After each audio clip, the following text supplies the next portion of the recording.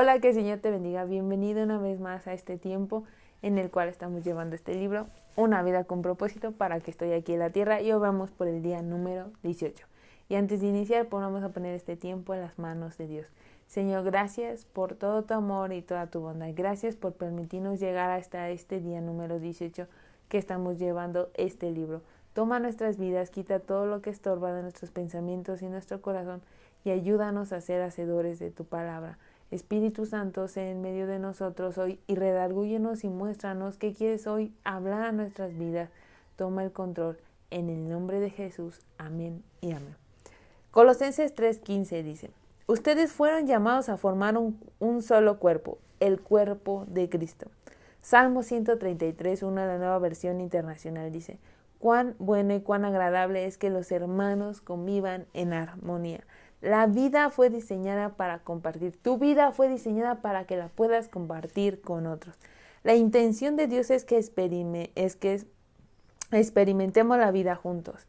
En la Biblia esta expresión comunitaria se conoce como vivir en comunión. En la actualidad, sin embargo, la palabra ha perdido mucho de su significado bíblico. Tener comunión se usa para referirse a la conversación espontánea, la socialización, las comidas o la diversión. Cuando a veces pensamos tal vez vivir en comuniones, luego se nos viene a la mente los momentos de convivencia o los momentos en los cuales platicas con tus hermanos después del culto, pero esto va más allá que solamente verlos de vez en cuando o hacer eventos de vez en cuando. La verdadera comunión es mucho más que asistir a los servicios dominicales, inclusive. Es experimentar la vida juntos. Consiste en amar desinteresadamente, compartir con corazón sincero, servir en la práctica, hacer sacrificios, consolar, solidarizarse con los que sufren y todos los demás mandamientos del Nuevo Testamento que manda hacer unos con otros. Y los veíamos el lunes. ¿Qué debemos de hacer unos con otros? Amarnos, servirnos, exhortarnos, motivarnos, tantas cosas que debemos de hacer. En eso consiste la comunión unos con otros, en realmente vivir la vida que viven los demás, estar involucrados en su diario vivir, casi estar involucrados en cómo están, cómo les va en sus relaciones, en su vida con sus familias, para que la palabra de Dios se cumpla en nuestras vidas. Con todo aquello relacionado con la comunión, el tamaño importa. Cuanto más pequeño es mejor. Con una multitud se puede adorar, pero no se puede tener comunión. Cuando los grupos son superficiales a 10 personas, algunos dejarán de participar. Por lo general, los más callados y otros ejercerán dominio. Jesús ministró en el contexto de los pequeños grupos de discípulos. Pudo haber elegido a más, pero sabía que 12 es prácticamente el tamaño máximo posible para permitir la participación de todos. Y eso estamos hablando de que, por ejemplo, si en tu iglesia hay un grupo de discipulado, no puede ser mayor a 12 personas porque entonces ya no todos van a participar. Entonces necesitamos crear grupos, tú debes de crear grupos en los cuales tú estés con más personas al constantemente viendo cómo están, cómo se sienten, realmente convertirlos en tus amigos y juntos crecer en Dios. El cuerpo de Cristo, como el tuyo, es en realidad una colección de varias células pequeñas. La vida del cuerpo de Cristo es como la tuya, está en las células. Debido a esto, todos los cristianos necesitan estar comprometidos con un pequeño grupo dentro de cada iglesia, ya sea en uno de reflexión en los hogares, una clase de escuela dominical o un grupo de estudio bíblico. La verdadera comunidad se gesta en sus lugares, no en las reuniones masivas. Piensa en la iglesia como en un barco y los pequeños grupos son como botes salvavidas. Espero que tu iglesia haga esto, haya pequeños grupos donde estudien la Biblia juntos, donde en los hogares puedan enseñar acerca de lo que dice la palabra de Dios. Y si no, invita a tu pastor o tú empieza con tu familia a tener un momento de reflexión diario leyendo la Biblia juntos. Quizás digas, vamos a hacer un culto, pero puedes hacer un culto, por ejemplo, que alguien dirija la alabanza en unos momentos y después lean un salmo juntos, lean una porción de la Biblia y después digan, ¿Qué entendiste de la palabra? ¿Tú qué entendiste? Y entonces, así, guiados con el Espíritu Santo, vas a poder empezar a edificarte unos con otros. Dios ha hecho una promesa increíble con respecto a los pequeños grupos de creyentes, porque donde 2 o 3 se reúnen en mi nombre, allí yo estoy en medio de ellos. Y a veces lo relacionamos cuando empezamos el culto, ¿no? A veces por ejemplo, yo he leído este versículo al iniciar el culto, pero ¿cómo es realmente esta verdad?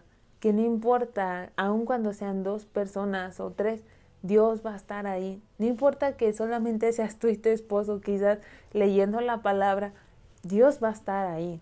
Porque donde 2 o 3 se reúnen en el nombre de Jesús, Él está en medio de ellos. Por desgracia, pertenecer a un grupo pequeño, a un pequeño grupo, tampoco es ninguna garantía de que se experimentará una verdadera comunión. Muchas clases de escuelas bíblicas y los grupos pequeños son superficiales. No tienen idea de lo que es experimentar la comunión genuina. ¿Cuál es la diferencia entre la comunión verdadera y la falsa? Hoy vamos a ver esto. ¿Cuál es la diferencia en tener comunión verdadera y falsa? Porque, como dice aquí, luego a veces sí, quizás en tu iglesia hay grupos pequeños, ¿no? Pero puede ser nada más superficial, nada más como vernos cada domingo, vernos para el discipulado, para los grupos, pero nunca te preguntan, oye, ¿cómo te va? ¿Cómo te sientes? Necesitamos involucrarnos más en ese sentido. En la comunión verdadera experimentarás autenticidad. La comunión auténtica no es superficial, consiste en la expresión genuina de corazón a corazón, desde lo más íntimo de nuestro ser. El verdadero compañerismo ocurre cuando la gente es honesta con lo que es y con lo que sucede en su vida.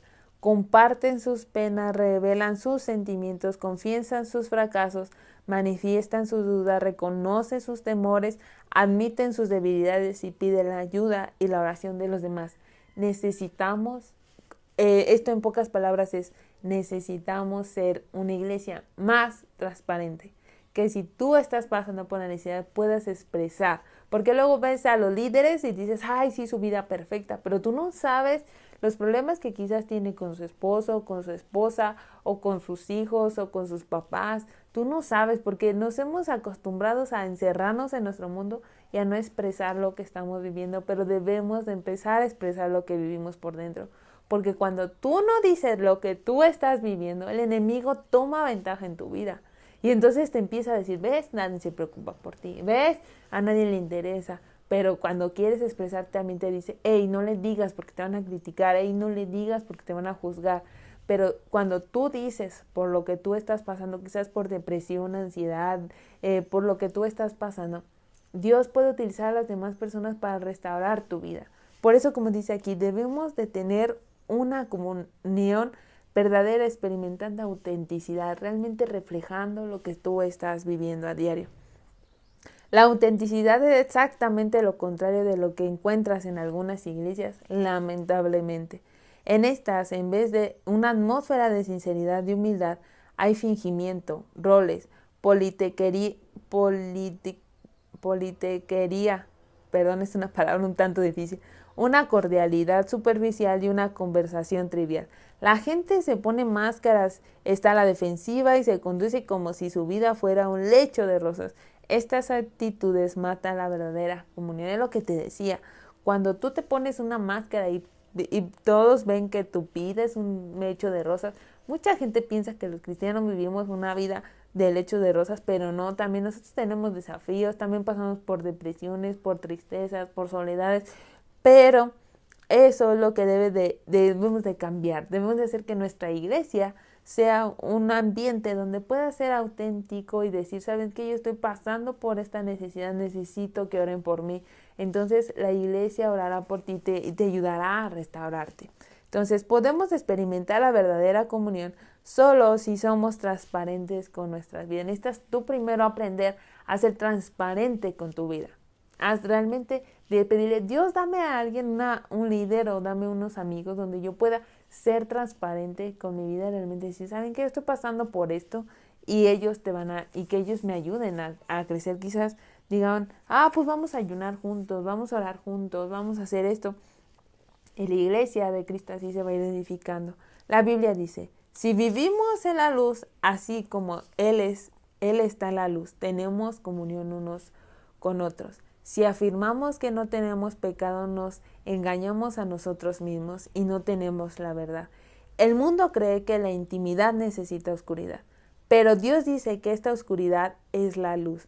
La oscuridad sirve para esconder nuestros dolores, culpas, temores, fracasos y fallas, pero al sacarlos a la luz, los ponemos a la vista y admitimos quiénes somos en realidad.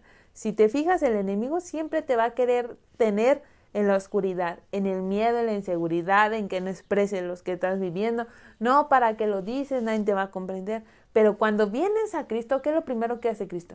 Alumbra tu vida y a veces hay mucha gente que no quiere venir a Cristo porque sabe que le va a sacar, por así como dicen aquí en México, los trapitos al sol, ¿no? Le va a sacar todo eso que tiene mal y a veces por temor a que Dios haga eso no se acerca.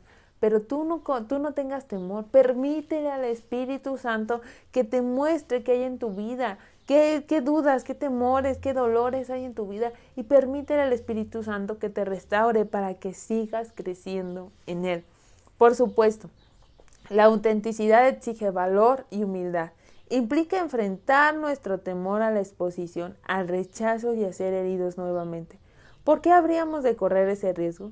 Porque es la única manera de crecer espiritualmente y conservar nuestra salud emocional. La Escritura indica que nuestra práctica debería ser confesarnos unos a otros nuestros pecados y orar unos por otros para poder vivir todos juntos y ser sanos. Solo podemos crecer si nos arrepentimos y no hay riesgo mayor de ser sinceros con nosotros mismos y con otros. Necesitamos, como aquí dice, tomar ese riesgo y ser sinceros con los demás. Decirle a tu pastor o a tu líder, ¿sabes qué? Yo estoy pasando por esta necesidad, yo tengo estos pensamientos, yo estoy pasando por esto. Y cuando tú eres sincero con tus líderes, ellos te van a ayudar a restaurar tu vida, ellos te van a guiar y mostrar los caminos por el cual tú debes de ir. En la comunión verdadera experimentamos reciprocidad. La reciprocidad es el arte de dar y recibir. Depende de cada uno de nosotros. La Biblia dice que Dios diseñó nuestros cuerpos como un modelo para que pudiéramos entender nuestras vidas reunidas como iglesia. Cada parte dependiente de todas las demás, cada parte dependiente de todas las demás. La reciprocidad es el corazón de la comunión, la construcción de relaciones recíprocas, compartiendo responsabilidades y ayudándonos unos a otros. Pablo dice que desea que nos ayudemos entre nosotros con la fe que compartimos. Tu fe me ayudará y mi fe te ayudará. Somos más sólidos en nuestra fe cuando caminamos juntos unos y otros. Somos más sólidos en nuestra fe cuando caminamos juntos junto a otros que nos animan. La Biblia nos ordena rendirnos cuentas unos a otros, animarnos, servirnos y honrarnos mutuamente. Más de 50 veces en el Nuevo Testamento nos manda a decir distintas tareas unos a otros y unos con otros. La palabra de Dios señala, esforcémonos por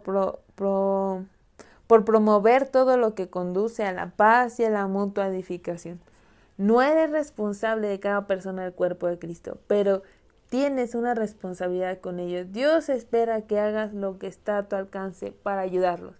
Quizás no vas a ser tú el responsable de toda la iglesia, porque el responsable de toda la iglesia es el pastor, es el líder, ¿no? Pero tú también tienes una responsabilidad dentro de la iglesia. ¿Cómo? En servir a los demás, en alentar a los demás, en que si tú sabes que alguien está pasando por una necesidad, orar por esa persona, orar por esa necesidad y tomarla como tuya y interceder por esa persona. Entonces, ser recíprocos. Casi aquí, como diría la palabra de Dios, haz con los demás como quieres que te hagan. Eso es la reciprocidad. En la comunión verdadera experimentamos compasión. La compasión no es limitar a dar consejos o una ayuda rápida. La compasión implica comprender y compartir el dolor de los demás. La compasión dice, entiendo lo que te está pasando y lo que sientes no es raro ni es una locura. Hoy también se conoce como empatía, pero la palabra bíblica es compasión. compasión es ponerte los zapatos de los demás. Es realmente decir, ¿sabes qué? Quizás no entiendo al todo tú cómo estás viviendo este proceso, pero no te preocupes, tus sentimientos también valen y yo me pongo en empatía e intento comprenderte e intento ayudarte en lo que yo pueda. La Escritura afirma que como escogidos de Dios, santos y amados, debemos vivir con verdadera compasión, bondad, humildad, mansedumbre y paciencia. La compasión satisface dos necesidades humanas esenciales: ser entendidos y que nuestros sentimientos sean apreciados. Cada vez que entiendes y aprecias los sentimientos de alguien, estableces comunión. El problema es que muchas veces tenemos tanta prisa por arreglar las cosas que no tomamos el tiempo para expresar nuestra compasión, o que estamos preocupados por nuestro propio dolor. La autocompasión agota la compasión de los demás. Cuando solamente, por ejemplo, alguien viene a tu vida, no sé si te ha pasado, y te empieza a contar sus problemas y tú empiezas, no, es que yo también sufrí por eso. O, por ejemplo, tú le estás contando a alguien tus problemas, tus necesidades, y dices, es que estoy pasando por esto, y la otra persona, no, es que yo también pasé por eso y fue peor que tú lo que tú estás viviendo. Entonces, como que te empieza a achicopalar, ¿me entiendes? Como a decir, ay, es que lo que tú pasaste es nada, lo que tú estás pasando no es nada. Yo pasé cosas peores. Entonces, como dice aquí, la autocompasión, el autocompadecer, me agota la compasión de los demás. Entonces van a decir, entonces, ¿para qué te cuento mi problema? ¿Para qué te digo lo que estoy viviendo? Si lo estás minimizando, o sea, y ese es un arma del enemigo que también utiliza para desanimarnos. Si alguien te cuenta a partir de ahora un problema, no te autocompadezcas, sino ponte y dile, ¿sabes qué? Vas a salir adelante. Yo pasé por eso, pero el Señor me sacó, y entonces así como a mí Dios me sacó de ese problema, Dios te va a sacar a ti. Entonces a veces el Señor nos permite pasar por problemas y dificultades y después salir de eso, y después para cuando venga alguien más y diga, ¿sabes qué? Estoy pasando por esto. Tú puedes decir con toda la fe, y así como dice aquí, que tu fe le va a ayudar a esa persona a salir adelante, decir, oye, estoy pasando por esta enfermedad, yo ya pasé por esa enfermedad y el Señor me sacó, entonces yo sé que te va a sacar a ti. Entonces, ayudarlo a salir de ese problema, o sea, de necesidad, de esa enfermedad, y realmente ser compasivo con la otra persona. La comunión tiene diferentes niveles, cada uno apropiado para diferentes momentos. Los grados más simples de comunión son el compartir y el estudiar la Biblia, la palabra de Dios en comunidad. Un nivel más profundo es la comunión al servir, como cada ministra, como cuando ministramos en varios viajes misioneros o en los proyectos de caridad. El nivel más profundo e intenso de la comunión es el sufrimiento, cuando nos solidarizamos con la pena y el dolor de los demás y nos ayudamos unos con otros a llevar las cargas. Los cristianos que mejor entienden este nivel son aquellos que en este mundo sufren persecución, desprecio y hasta la muerte como mártires por su fe. La palabra de Dios nos manda: cuando tengan dificultades, ayúdense unos a otros. Esa es la manera de obedecer la ley de Cristo.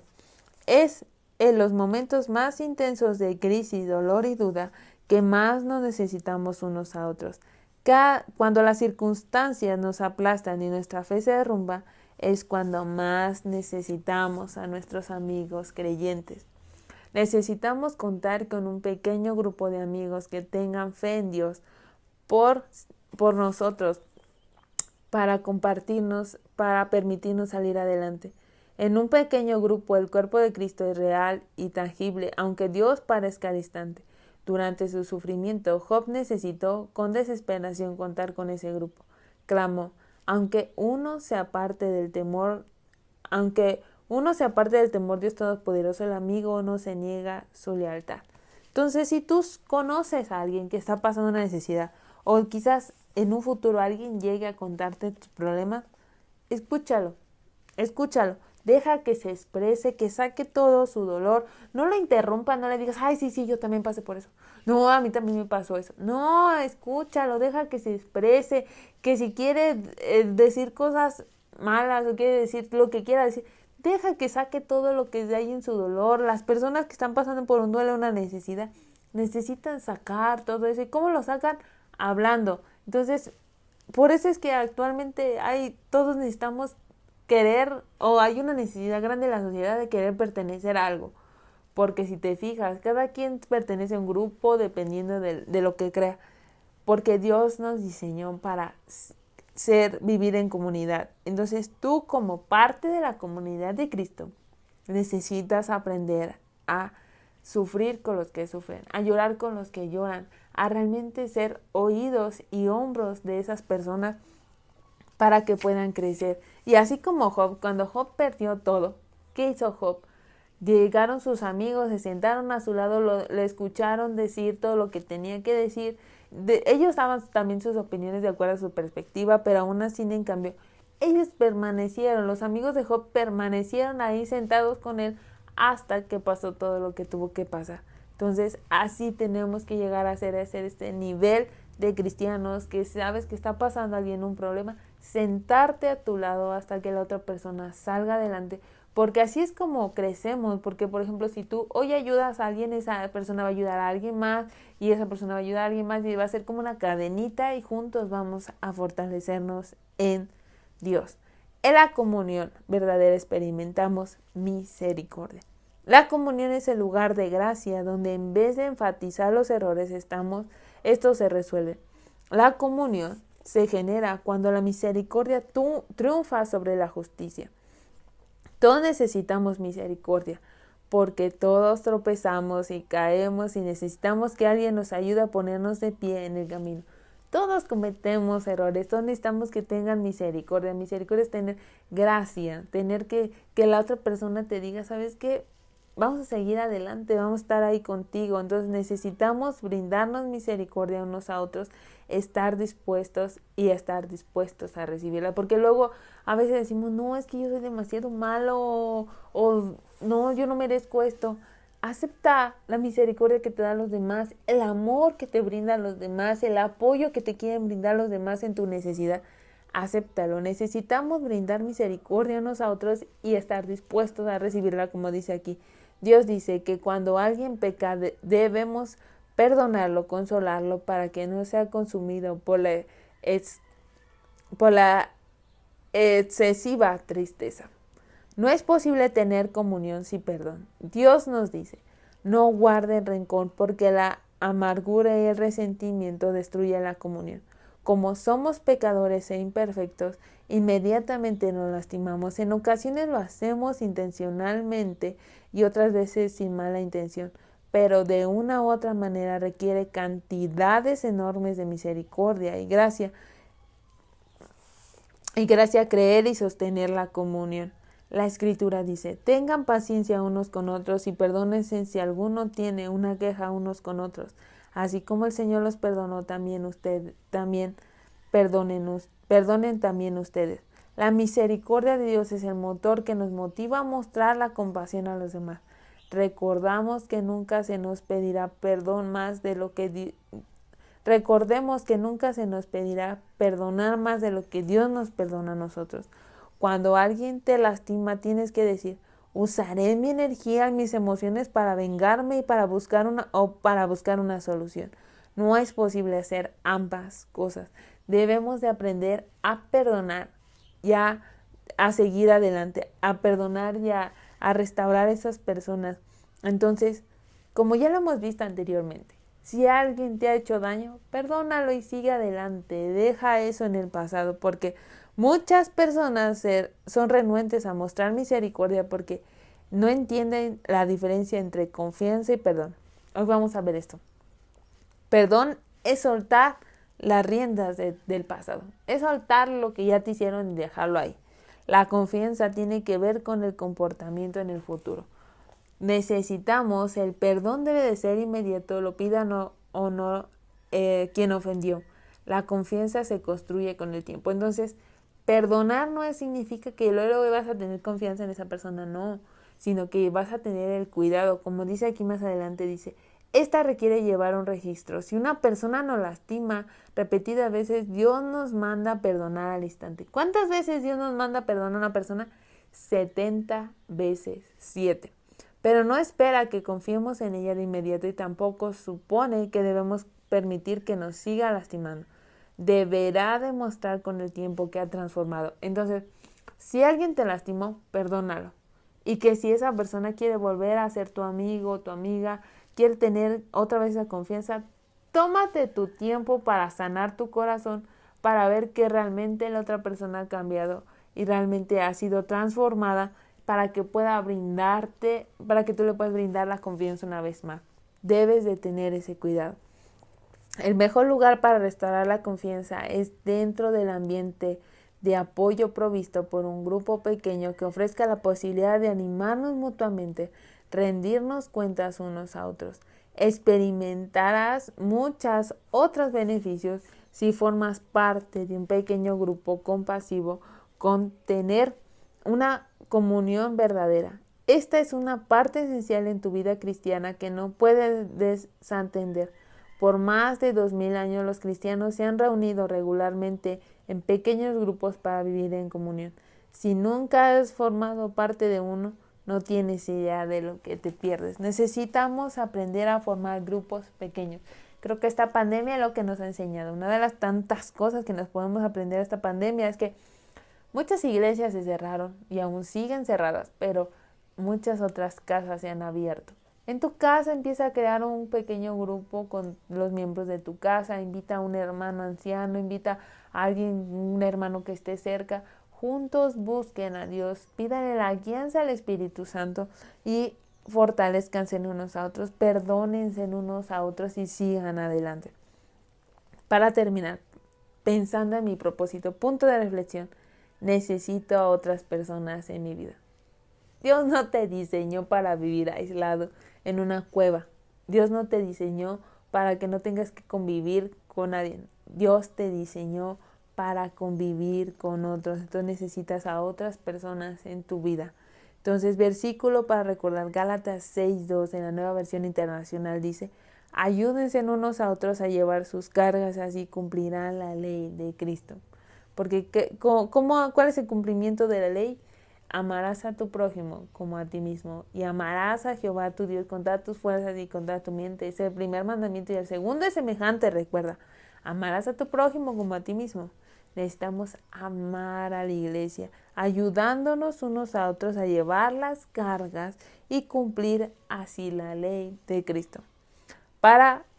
Pregunta para considerar: ¿qué primer paso puedo dar hoy para relacionarme con otros creyentes en un mayor grado de intimidad y autenticidad? ¿Qué vas a hacer hoy con todo esto? ¿Qué vas a hacer tú para que en tu iglesia haya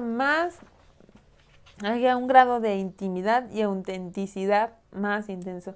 ¿Qué vas a hacer para que en tu iglesia haya más grupos en los cuales se puedan relacionar mejor, puedan crecer mejor en Dios? ¿Qué vas a hacer tú? ¿Qué vas a hacer? Yo te pregunto. Pide la guianza al Espíritu Santo para que te ayude a saber qué hacer y cómo hacerlo. Y, como diría la Biblia, haz a los demás como quieres que te hagan. A todos nos encanta que se preocupen por nosotros, así como a ti te encanta que tal vez estén al pendiente de ti, de cómo estás. Si tú conoces hoy a alguien que está pasando necesidad, sé atento con esa persona y verás cómo Dios te bendecirá y cumplirá su palabra. Vamos a hacer una oración para terminar. Señor, en esta hora te damos gracias porque hemos aprendido acerca de que necesitamos aprender realmente, Dios, a vivir en una comunidad de creyentes que sean auténticos, que realmente nos relacionemos unos con otros. Ayúdanos a ser esos cristianos auténticos, preocupándonos por los demás, perdonándonos unos a otros, realmente viviendo como tú quieres que vivamos, Cristo. Enséñanos a ser realmente tu iglesia, Cristo en la tierra. Ayúdanos en todo. Danos de tu guianza, Espíritu Santo de Dios, para saber cómo compartir más esa comunión con los demás con autenticidad, realmente haciéndolo auténticamente con todo nuestro corazón. Te pedimos todo esto en el nombre de Jesús. Amén y amén. Que el Señor te bendiga. Gracias por estar aquí conmigo en este tiempo de esta reflexión. Reflexiona en esto y pídele al Espíritu Santo que te ayude. Recuerda lo que dice Josué 1:9. Mira que te mando que te esfuerces y seas valiente. No temas ni desmayes porque Jehová tu Dios estará contigo en donde quiera que vayas. Así que no tengas miedo. Sé valiente y esfuérzate en amar a la iglesia, en valorar a tu iglesia, a cada miembro y refleja de que Cristo está en ti. Nos vemos, si Dios nos lo permite, el lunes con el siguiente tiempo. La semana que viene creo que ya vamos a la mitad, ya vamos a llegar a la mitad de este tiempo hermoso que estamos llevando este libro. Espero que te haya dejado mucha enseñanza y que realmente la estés llevando en práctica cada día. Que el Señor te bendiga, que sea contigo y tu familia y nos vemos. Bye.